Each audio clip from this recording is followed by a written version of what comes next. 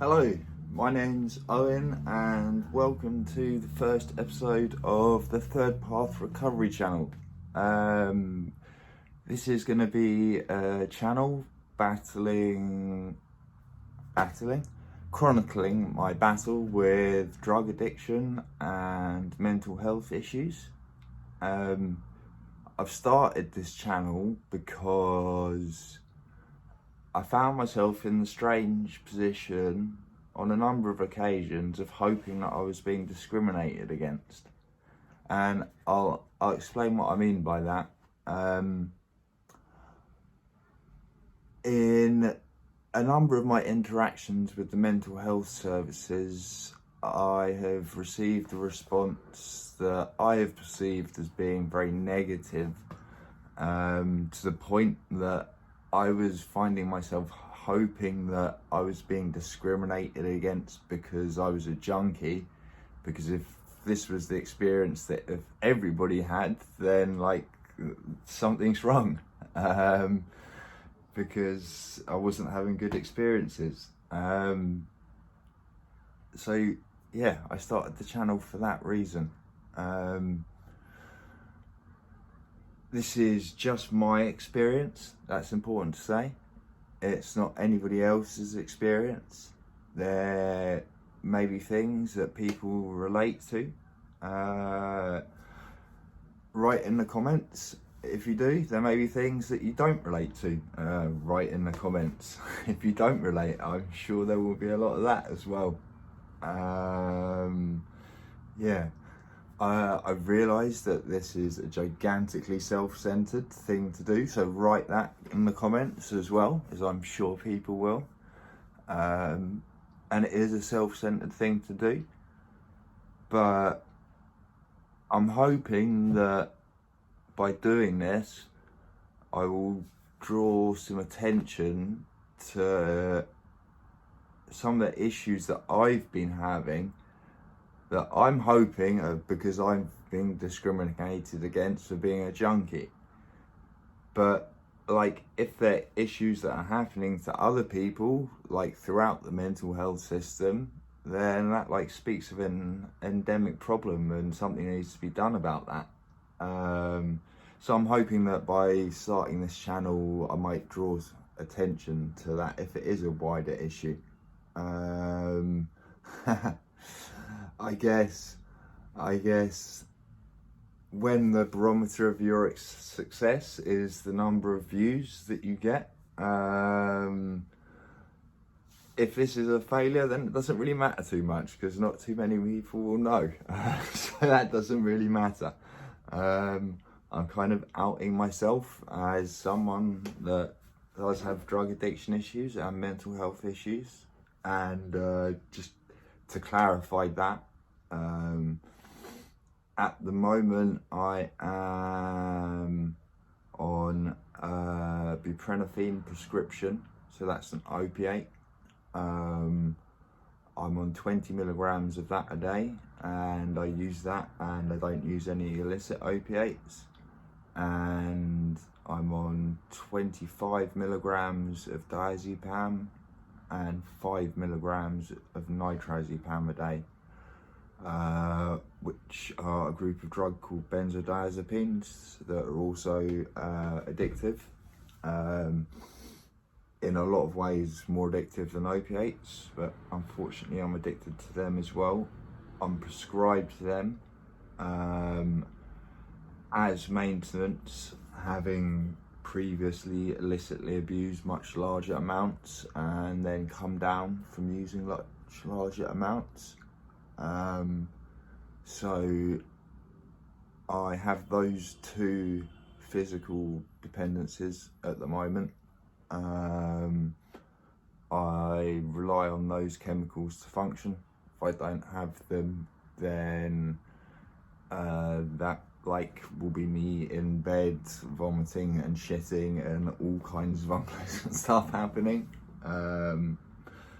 And with regards to mental health, I don't really know what to say about that.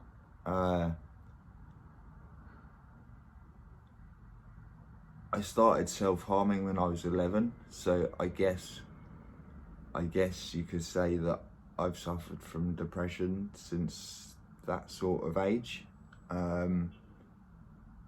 18 months ago, I started asking for help from the NHS with my mental health. Just over 12 months ago, I was diagnosed as suffering borderline personality disorder. And at the moment, I am unawares of any sort of body that is looking after me or planning treatment for me, apart from I've been given the name Springfield Neighbourhood Team. So that's after over 12 months of diagnosis. And when I was diagnosed, I did specifically request talking therapy. I tried medication. I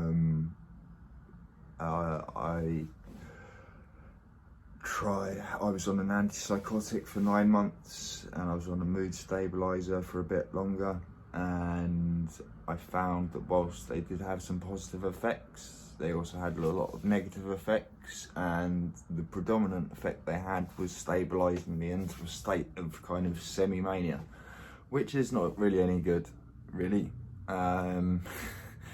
You don't want to be semi-maniacal all the time. It's not a wonderful thing. That's not a wonderful thing. So I stopped taking those, and I'm currently unmedicated for my mental health issues, apart from the replacements for the illicit self-medicating that I was doing. So yeah, that's where we're at with me. I'm planning to detox from the buprenorphine in approximately 10 weeks time.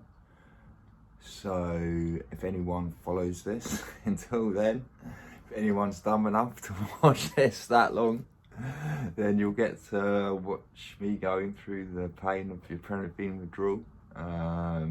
But we're going to start off just by making a phone call today.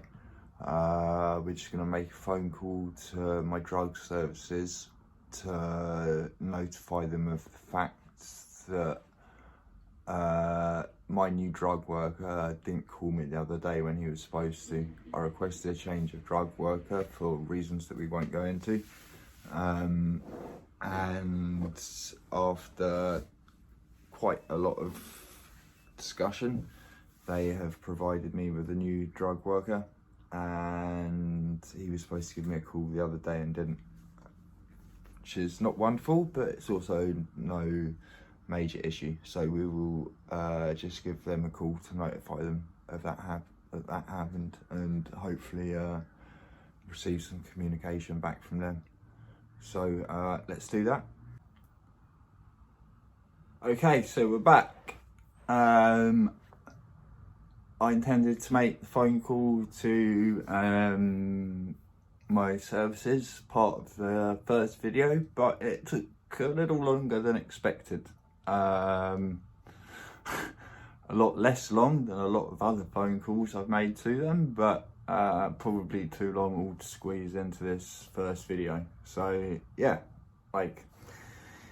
that's it. Feel free to not like or not subscribe or not do any of those other things that people encourage you to do. If you stick around to watch this channel, you're going to see either me recover from the dependence upon these two substances, or you're going to witness what happens when I don't. You're going to witness what happens when I get treatment for my mental health issues, and you're going to witness it if I don't, and what happens if I don't. I'm very much hoping that I do get some treatment at some point in the near future. Things haven't been wonderful, despite my jovial nature for the case of this video. But yeah, let's hope things get better. Let's hope things get better. And video 2 coming up soon. Phone call to see if I can find myself a drug worker.